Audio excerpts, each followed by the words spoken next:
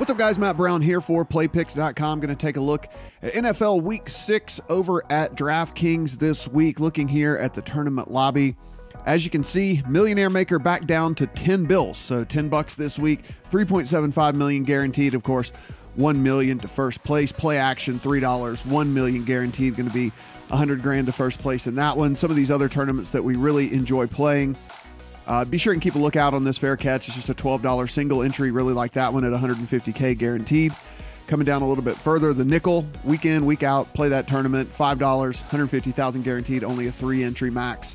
In that one, don't have to worry about guys pumping in 150 lineups or anything like that. The $3 pylon, of course, is a single entry as well. Another one that we keep an eye on and make sure that we want to get in on before it fills. If you have a little bit bigger bankroll, I talk about the SPY every week. $100 buy-in, 200,000 guaranteed, 30,000 to first, but just 2,222 players. So single entry in that one as well. Real fun tournament to get in right there with a big payday up top where you're only going against a couple thousand people. In that one, a little bit further, kind of a variation of that SPY is this red zone. It's a $50 buy-in, only 3,409 people. So maybe a little bit more accessible for your bankroll in that one. And of course, this Engage 8, $8, 75K guaranteed, and a 3 entry max in those. Really, really like playing the limited entry tournaments. I think those are something that you can definitely have a higher ROI if you try to focus on some of those instead of some of these gigantic, huge field tournaments. So for this video, let's go. Of course, my beloved slant no longer in the lobby this week due to the $10 Millionaire Maker. So that's all right. It's all right. It'll be back next week, I imagine. So we'll just click in the fair catch just for the hell of it here as we get going. Taking a look at what's going on in the NFL this week. Matt Ryan, the most expensive quarterback in this game with Atlanta and Tampa Bay, that's got a 57.5 point over under in this game. So it is expected to have some points, and it should be, because Tampa Bay's defense and Atlanta's defense are in the bottom 3 in the league.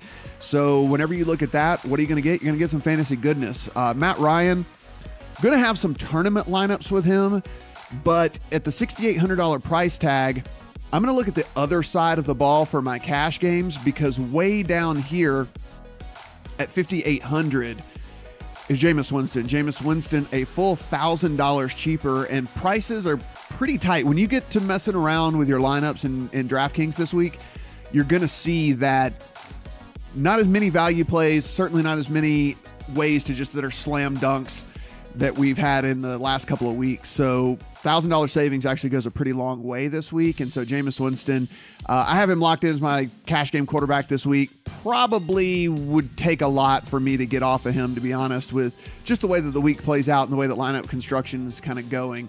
So Jameis Winston, one of my top plays for cash right there at 5,700 in this game against Atlanta, that, as we know, Atlanta's just completely decimated on defense, and teams keep going out and scoring points. And one of the good things about Atlanta is they have a good offense, so they keep the foot on the gas, and the other teams have to keep scoring. So that's why you keep seeing these high-scoring environments, these totals that are so incredibly high, because fortunately for us, Atlanta has a good offense. So with this bad defense, we get the benefits of a good offense, and the other teams have to continue to play and score points on them. So really like that game overall, and you'll see that as a trend as we kind of move through where we're looking for the rest of the week. Kirk Cousins, not really high on this one. They are like 10-point favorites at home against this bad Arizona team here, even though he's throwing as much as he is. Dalvin Cook is questionable, so he probably is going to go this week. And, again, big 10-point favorites at home. I could see Kirk Cousins not having to throw as much this week. I know this would be a week where I would be looking at Deshaun Watson, but I mean, listen, that questionable tag, and if you were watching that game last week, they were checking him out every single time he came off the field, looking at his ribs. And for me, that's enough for me to get off of him, especially the $6,400 price tag. Just one of those situations where, if he takes a bad hit in this game, they are playing Buffalo, they could get up really big. Maybe he sees the sideline early in this one. So for me, not going to be on Deshaun Watson. If he was fully healthy, definitely would be all over the play, but not willing to risk it this week when I see some of these other quarterbacks that probably have close to the same ceiling that he does. Andy Dalton at home against Pittsburgh. Of course, Pittsburgh's defense has been pretty leaky. Offense is not really totally clicking. I think people are going to overlook Andy Dalton this week at 6,300. Of course, he's got all those weapons. Joe Mixon back in the lineup with him as well. Andy Dalton might be worth a tournament flyer here. I've not made any tournament teams. Really, my exposure is spread between 3 quarterbacks right now. I might end up adding a 4th into the mix. Of course, that's Matt Ryan, Jameis Winston, as I mentioned. I'm going to have me some Baker Mayfield. And I know I talked about last week that I had too much Baker Mayfield the week before. Look, at home against this Chargers team, Baker Mayfield is going to have a 30-point game this year. He might have a couple of 30-point games this year. At home here against this Chargers team that should be able to score on this Browns good defense. They have the offensive weapons. They should be able to score, which means Cleveland's going to have to keep their foot on the gas in this game, or maybe even playing catch up. Baker Mayfield went for over 300 yards last week. If you were watching that game, take a look at his, oh man, not Case Keenum. Oh, get off the screen, Case Keenum. How could I misclick on the Case Keenum right there? Baker Mayfield, even in a game that was only 12-9, 25 of 43, 342 yards in that game, even added you 23 yards on the ground. I think Baker Mayfield's probably going to be good for about, between 15 and 25 yards pretty much every time that he gets under center. So you're getting half a passing touchdown essentially right there from him to start. And I just like this environment, to be perfectly honest. I think the Chargers are going to be able to score. I think Cleveland's going to need to either play catch up or be right there with them. And Baker Mayfield way down real cheap at 5,500 this week, in a week where we need savings if we want to get to some of these big high dollar plays and things like that. So that's where I'm looking. I'm off of Cam this week. I told you I normally am on Cam on the road against Washington after Washington got embarrassed. I think Washington plays better at home in this one. That defense is certainly not as bad as what it showed against the Saints. The Saints were going to get Drew Brees that record. That's just come hell or high water. That was going to happen. And that was just going into a bad scenario there for them in the Voodoo Dome on Monday Night Football. So it was a situation where they were set up to fail pretty badly. I think the only other guy that I might could talk myself onto between now and Sunday would be Phillip Rivers. Of course, if I like Baker Mayfield in Cleveland, then a lot of times, you see these correlated quarterback plays in these games where you think that there might be a sneaky shootout or that you think it's going to definitely be a shootout. The other quarterback has to play as well. I probably could talk myself onto Phillip Rivers this week before the end of the week. We'll see. But again, most of my exposure right now is between Ryan and Winston and Baker Mayfield. On the running back side of things, listen, if you can find a way to play Todd Gurley, more power to you. He's $10,000 this week, as you can see right here. And look, when you're spending a fifth of your salary on one player, if he does not smash, you're going to lose. There's no chance you're going to win a GPP. You are going to need Todd Gurley to go over 100 yards, get the 100-yard bonus, and you're going to need a couple of touchdowns out of him as well. So for me in a tournament, sure, if you can fit him in and he just happens to go off and then all the cheap guys around him happen to go off, because that's what you're going to have to do if you play him. But when you look, he's a full $1,700 more expensive than the next viable option at McCaffrey. Of course, Le'Veon Bell's not playing. So Christian McCaffrey comes in at $8,300, full $1,700 cheaper, right? Think what you can do with $1,700. You can upgrade 5 different positions by $300. It's just a massive amount of salary cap. So for me, not going to have any Gurley. More power to you if you play against me and you have him and he goes off and scores, 5 touchdowns or something against Denver. Not going to happen. For me, like I said, I think Washington plays better at home this week. And frankly, just McCaffrey not getting touchdown. He scored on a pass attempt, but he's not getting the red zone looks. Cam just continues to keep calling his own number. And in this game, 8,300, McCaffrey's price just keeps creeping up. This is right. It's where it should be. This is the type of usage that he is getting. That said, you get Melvin Gordon for cheaper, who's just been unbelievably efficient and does get all the red zone carries for sure for this team against Cleveland. That said, really, I don't know if I'm going to have any of the high price guys. Certainly not in my cash lineups this week. I think I'm going to be looking more in this tier down here. We talked about Connor being a smash play last week. Hopefully you got him into your lineups because, as we said, against Atlanta every week, 21 carries, 110 yards. He caught you 4 balls as well, got you 75 yards there. So went for 37.5 points with Connor. This could be his final week as the bell cow. So maybe Pittsburgh just absolutely runs the tires off of him this week. Of course, Le'Veon Bell has at least stated through whoever it is, his agent or something or whatever it is, that he was going to be coming back next week. So this could be the last week for Connor there. So at least getting all the touches. I mean, I imagine they're still going to work him in here and there. He's too good, but yeah. So I'm going to have Connor in tournaments. I don't have him in cash right now because I needed the extra 200. So that's where I landed on Joe Mixon so far. Joe Mixon comes back. There was worries that he was going to be eased back into this offense. That was not the case at all. 22 carries, got you 3 receptions as well. This is just what they do there in Cincinnati. When Mixon is healthy, Mixon's the guy. Mixon was out. It was Gio Bernard. Gio Bernard was the guy. Gio Bernard is now hurt. Doesn't matter. Mixon's back. Mixon's now the guy. Yet again, this is just the way it's going to be. He's going to get you 20-plus touches in this game against Pittsburgh. And if you think Cincinnati plays well at home in this game, which I do, against this Pittsburgh team that literally, look, has just been middle of the road on defense. And so I think these super talented players like Mixon is, he's a super talented, dynamic player. There's a bell cow, and we just don't get very much of that anymore. So Joe Mixon in cash right now, probably have a decent amount of him in tournaments as well. That price tag at $7,500 just fits pretty well. Zeke, look, it's one of those situations where he just gets his every single week, even up against Jacksonville, because the thing is win, lose, draw, whatever it is with this team, he's just always on the field. He's doing something. And as you can see here, the biggest deal is how much more they're using him in the pass game this year. We've got 8 targets in this game, 4 and 7, 6 the week before that. I mean, that's just such a high floor for this guy. And that's, look, you can understand why, because this Dallas team has no receivers. There's no one for them to throw the ball to, so they just continue to use Zeke Elliott through the air, and then he's still on top of that, getting you 17, 16, 25, 20 carries as well, rushing the ball. So he doesn't even have to be super efficient when he's rushing the ball, which he obviously wasn't last week, 20 for 54. But he got you 7 for 30 in the pass game, which still got you to 15 points. And again, that's not going to kill you. I mean, that's not what you want out of him, but certainly not going to crush you there. So I have no problem with you playing Ezekiel Elliott even against Jacksonville and their elite defense, just because they're going to get him the ball. They have to.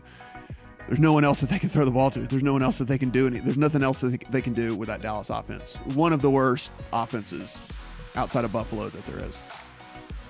Leonard Fournette is out, which means TJ Yeldon is in. We were a little hesitant on TJ Yeldon last week because Corey Grant was still part of the equation. Corey Grant is no longer part of the equation, broke his foot on IR. So now this is all TJ Yeldon's backfield. They signed Jamal Charles. He's not going to cut into TJ Yeldon's work in this game, after being with the team for 3 or 4 days. So it's just not going to happen. TJ Yeldon is going to get all the work here against Dallas. Now, Dallas, if we go over to Football Outsiders, and certainly the website you should be using, by the way, if you want to look at some statistics here. This is their pace stats right here. And if you keep scrolling, and we keep scrolling, it's the same old Dallas team way down here at the bottom, 29th out of 32 teams when it comes to pace. So they just play at a snail's pace, right? I mean, they just play super, super slow. That would be the only drawback to a guy like Yeldon, because with Yeldon, you're going to want the volume, and you're going to want as many plays run as humanly possible, and Dallas tries to prevent that. So that said, it's really hard at 6,400 for a guy that I know is pretty much going to be a 3-down back for me to get away from him. Right now, a cash game build, Yeldon's in there. We'll see how things go between now and Sunday. But even playing against Dallas, just that usage where I expect him to have really no competition whatsoever is too hard for me to pass up as we sit right now. Now, some sort of crazy injury pops, maybe there's a chance that I can get off of him. We have been ruled out as well with Devontae Freeman. And when you have been ruled out with Devontae Freeman, take a look down here. Tevin Coleman at 5,400.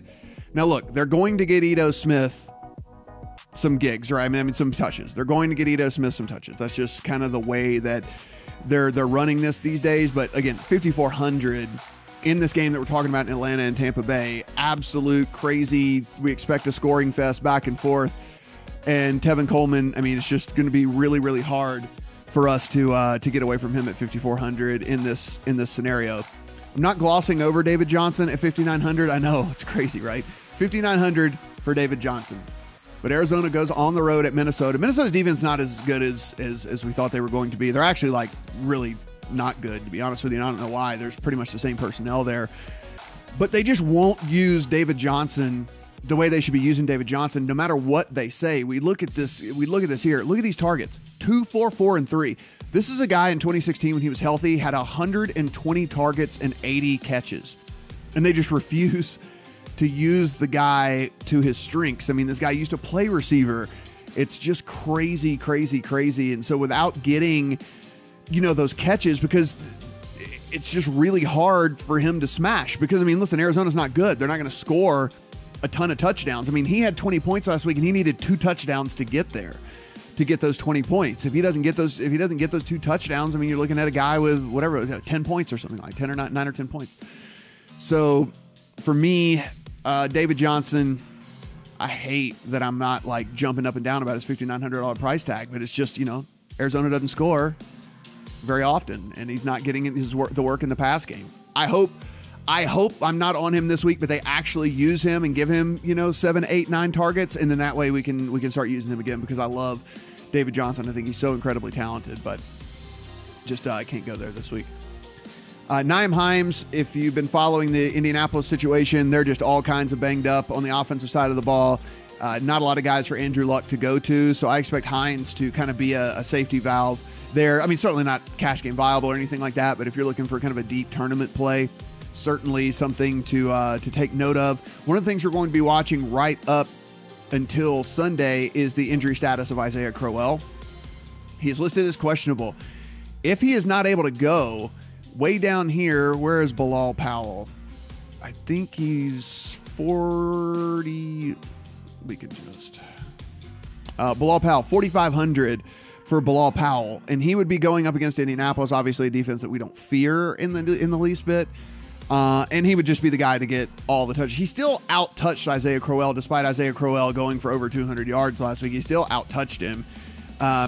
So if he is the guy who's going to be in sole possession of that backfield, then you can sign me up. So we're going to be watching the Isaiah Crowell situation pretty hard, leading right up until kickoff in that one, because we want to take advantage of Bilal Powell if he has that backfield all to himself. So certainly something that we're going to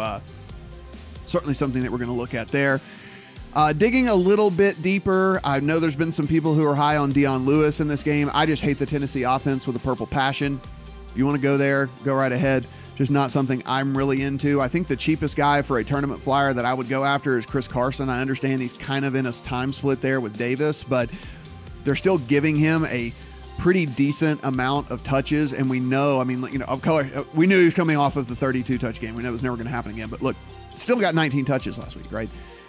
Still only 4,400 and playing against this really, really bad Oakland defense. They are bad at every facet of the game. So Chris Carson at 4,400, certainly someone that I think we could consider way down there as a tournament flyer at 4,400 to open up some salary for some of these other guys at receiver who are in these smash spots. Antonio Brown, I'm going to be off of him this week. I respect the Cincinnati secondary, and frankly, at the end of the day, 8,700, I just don't have enough money for him in most of the builds that I'm doing right now. So it's just, I just don't have the cash. It's kind of the same with Thielen. I mean, I think that Minnesota probably wins this game pretty handily, and I understand that they don't like to run in Minnesota all that much, and I understand the incredible efficiency of him, but he's all the way up to 8,500 at this point, and I could see them having to take their foot off the gas. So really the first guy I'm even considering is Mike Evans, and of course that would be in a Jameis Winston stack. Jameis Winston against this Atlanta defense, I expect him to push the ball down the field. He's kind of a gunslinger, as they say, and stuff like that. He's kind of does some YOLO passes here and there, just hucks it downfield. Mike Evans really good on those 50-50 balls, and so I'll have Mike Evans in a lot of stacks with Jameis this week. Julio Jones all the way down at 7,900. He was the first guy I plugged in cash. I mean, the thing is he's still getting it done even without scoring touchdowns. And so there has to be some touchdown regression. I mean, it has to come back up. I mean, the guy just continues to put up double-digit points every single week, despite the fact that he cannot get in the end zone. And this is going to be the week. I'm calling it right now. This is the week he gets in the end zone against this Tampa Bay defense, the worst pass defense in the NFL. Julio Jones going to get in the end zone, and you're going to get it at 7,900 for him. So certainly something that I'm going to be looking at. Now, I love DeAndre Hopkins as a player, catches everything basically thrown his way. Problem being with him, going to be likely shadowed by Tre'Davious White for Buffalo. And listen, this dude can play, man. Tre'Davious White is really, really good. And we have that banged up Deshaun Watson situation. And for me, you know, one big hit to the rib, your ribs, you're a quarterback, you know, one big hit to the ribs, this guy likes to run. So, I mean, it's just, he leaves himself vulnerable all the time. And I certainly want no part of any backup quarterback throwing the ball to DeAndre Hopkins. So, I will probably just find the 200 to get to Julio. I'll probably be way overexposed to the field with Julio this week. Imagine there will be some people who try to get a little cute and go with Ridley or Sanu or whatever, something like that. So I'll just be overexposed to Julio. I'll have, 50+%, something like that probably in my lineups. Coming down a little bit further here, Robert Woods, we're going to keep an eye on the situation with Cooks and Kupp. Of course, both of those guys left with concussions last week. They're pacing to play, so just so you know, they are pacing to play. That said, if for something comes along and they do not get cleared, then Robert Woods, obviously, I mean, he's going to be one of the only guys that they can throw the ball to there with the Rams. So him and Josh Reynolds. Josh Reynolds would be a guy that is 3,900 right here. So he'd be the guy who would step in. He stepped in once both of those guys went out last week. So if for whatever reason they both get ruled out, then keep an eye on a guy like Josh Reynolds at just 3,900. But again, they're pacing to play, so I expect that they probably will play this week. If I like Baker Mayfield, I have to like his number one receiver there in Jarvis Landry. Jarvis Landry, 6,600. Again, I think there's a little bit of a sneaky shootout thing going on here in this Cleveland and Chargers game here. So Jarvis Landry, they're pretty thin at receiver. They got a bunch of injuries on that side as well. So Jarvis Landry, definitely going to be my tournament pool with the Baker Mayfield stacks. And I've been toying around with some cash game lineups with Landry. So maybe if I can get there, then Landry is a guy that I'm certainly looking at. If you see T.Y. Hilton has this O by his name, that means he is out. What that does is create us an opportunity for, at the very least, our cash teams, and maybe if you want to go there in tournaments, for a guy like Chester Rogers. He's just 4,500. He is going to step in, and what we've seen the last 2 weeks is that's back-to-back games of 11 targets. That type of volume at 4,500 just doesn't happen. You just don't get that type of volume for 4,500. So for me, he was one of the first guys I went after Julio and put into my cash game lineups. And we'll see even about tournaments. I mean, listen, that is still a cheap price. He doesn't have to do much. One, to pay off, and two, to kind of smash, right? So for me, going to have some Chester Rogers in the cash games, and then we'll see how things go as far as some tournament lineups. Calvin Ridley, fine for tournaments. The Atlanta Tampa Bay, just go nuts, right? Game stack that thing up, down, sideways, left, right, up. And I mean, anything you got to do to get those guys in your lineup, I think would be pretty smart. Tyler Boyd is a guy that I'm going to have instead of AJ Green in tournaments this week, because Tyler Boyd, one, coming off a disappointing week. So I think anybody that played him last week is going to feel that burn, especially the casual players are going to be like, dude, this guy went out there and put up 8.4 points at 5,700 and his salary goes up to 6,000. I'm not playing this guy anymore. No, not happening. You could still, he's still got the targets, right? He's still got 7 targets. He just happened to only catch 4 for 44, which is not a horrible line. It's just, it is what it is. AJ Green also likely to see a bunch of Joe Hayden. So I'm going to go to the Tyler Boyd route this week and hope that people aren't. Coming down a little bit further here, we certainly, like I said, I mean, this Jets game could get interesting depending on injury, stuff like that. Quincy Newman was not out of play here at 5,500 for me, but I mean, 5,600 for me, but I really like John Brown at 5,500 here against this Tennessee team. John Brown used to be the guy that whenever he was in Arizona, we would just say, he's a burner. He's a burner. You play him it's a tournament dart, right? Maybe he'll catch you a long touchdown. What we never got is this type of volume, and this is what we're getting. 10 targets, 9 targets, 7 targets, 14 targets. And yeah, it was very inefficient. But like I said, I have a little bit of respect for this Cleveland defense as well. And it was a 12-9 game. 14 targets $5,500. It's kind of like the whole thing with Chester Rogers, right? Like we're talking about these, that you just don't get that type of volume at 4,500. You just don't get that type of volume at 5,500 really either. So for me, John Brown, very solidly in my tournament pool. And again, I've been messing around with different lineups. Some have him, some have Jarvis Landry, some whatever. Don't know if he'll end up making it. He's in cash consideration, we'll put it that way. As far as this week goes, Amari Cooper, I've heard some people kind of buzzing about him. I mean, go ahead if you want to. It's fine. I mean, he either is going to put up 4 points or 24 points. That's just kind of what he does. There's nothing in between. He never just has a good game. He either smashes or just totally flames out, totally duds. So, go to town if you want to with that. You can play Sanu again. It's the same deal. Like 4,800, you can just play anyone in this Atlanta Tampa Bay game. No worries there. Ryan Grant would be a nice pivot off of Chester Rogers if you are going to be playing like these super huge field tournaments, because I imagine by the time Sunday rolls around, there'll be enough people who have brought up the name Chester Rogers at 4,500 to where he'll at least carry some sort of ownership.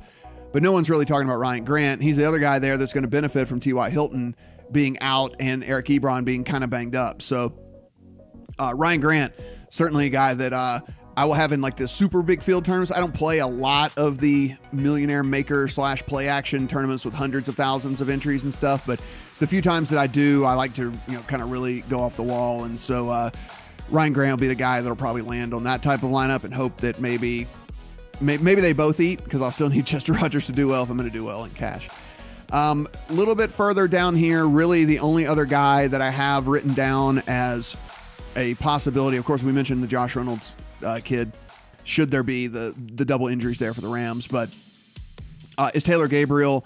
He's 4,300 going up against Miami. I mean, look, Miami plays slow as well, and so that's kind of a bummer. They're not going to run as many plays, Chicago, but he's just super cheap for what he can do. Like when he actually gets some volume and different things like that, and whenever he's able to get the ball in space. I mean, we saw last week he's not going to go 7-104 this week, but I mean, listen, we'll take 560 and a touchdown. Like 560 and a touchdown is certainly a very reasonable line for Taylor Gabriel, and he's only 4,300, so that would definitely pay off for you there.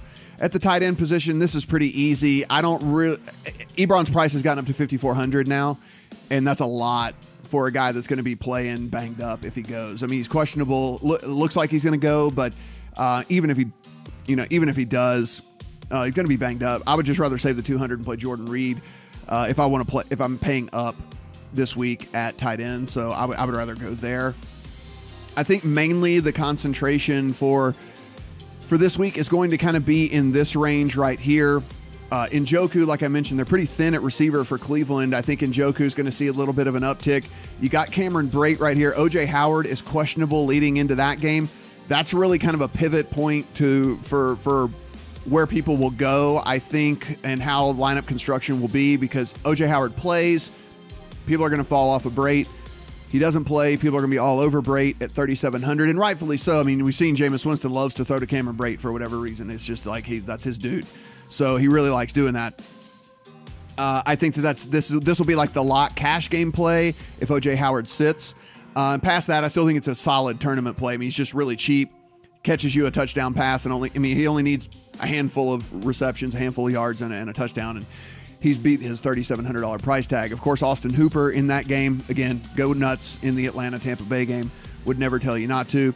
A little bit further down here, CJ Uzomah, only 3,000 for Cincinnati here. Of course, we know Tyler Eifert is gone for the season. The other guy's banged up. So here we go. Guy that's going to get, is only 3,000 going up against Pittsburgh, who tight ends have had a bit of success against. So you definitely can go there. And then the last guy down here, if you just really need the savings in a deep tournament lineup and want to just kind of throw a dart, Ricky Seals-Jones is only 2,700. I mean, you don't have to go very far to see what his floor is, because his floor is zero. So his floor is zero. He caught 6 targets last week, so that's his floor. But you can also see, I mean, he can get you 10. He can get you 10 if things kind of go right in that one. So that's about as low as we're looking in that one. On the defensive side of things, don't really spend too much time. Of course, always anything against Buffalo. So always anything against Buffalo. Texans are in play. I also think that for my cash games, I'm probably going to be playing the Bills. The Bills are only 2,200. That is like ridiculously cheap against Houston, who, you know, again, Tre'Davious White can at least neutralize DeAndre Hopkins. We have a banged up Deshaun Watson. Maybe he gets injured. Maybe he has to leave the game, whatever it might be, something like that. I definitely think that they're in play. And, you know, again, it's weird how defenses go, right? I mean, like a defense can let another team score 35 on them, but if they get a couple sacks and then happen to get a strip sack touchdown or a pick six or something somewhere along the way, they still pay off, you know. So this Bills defense actually too, whenever you kind of look at their game log, shockingly, despite the fact of what I mean, like, you look, I mean, like 17, 6, 12, I mean, like they still put up points even though they're just a bad team overall. It's really just the offense. The offense is just historically bad on that team. Guys, I appreciate you watching the video. Be sure and hit the subscribe button down there. We need as many subscriptions as possible for the channel. And of course, this will just get notified to you every time something gets posted. So that'll be awesome as well. If you happen to not have a DraftKings account or a FanDuel account, or if you live in and or around the New Jersey area and you're doing sports betting stuff, just head to playpicks.com/bonus. The slash that leans this way. I mean, we used to say backslash and now whatever, /bonus. That has all of our sign up bonuses on that page. It has our no deposit stuff for some of the sportsbook things out there. If you, like I said, if you're over there on the East Coast, absolutely $25 free at DraftKings Sportsbook, no deposit required. $10 free at 888 Sportsbook, no deposit required. So some pretty good deals on all that stuff, and some good DFS deals on there as well. So guys, good luck this week. Hope to get a bunch of comments down there about how much money that everybody took home this week in DraftKings, and we'll see you at the beginning of next week.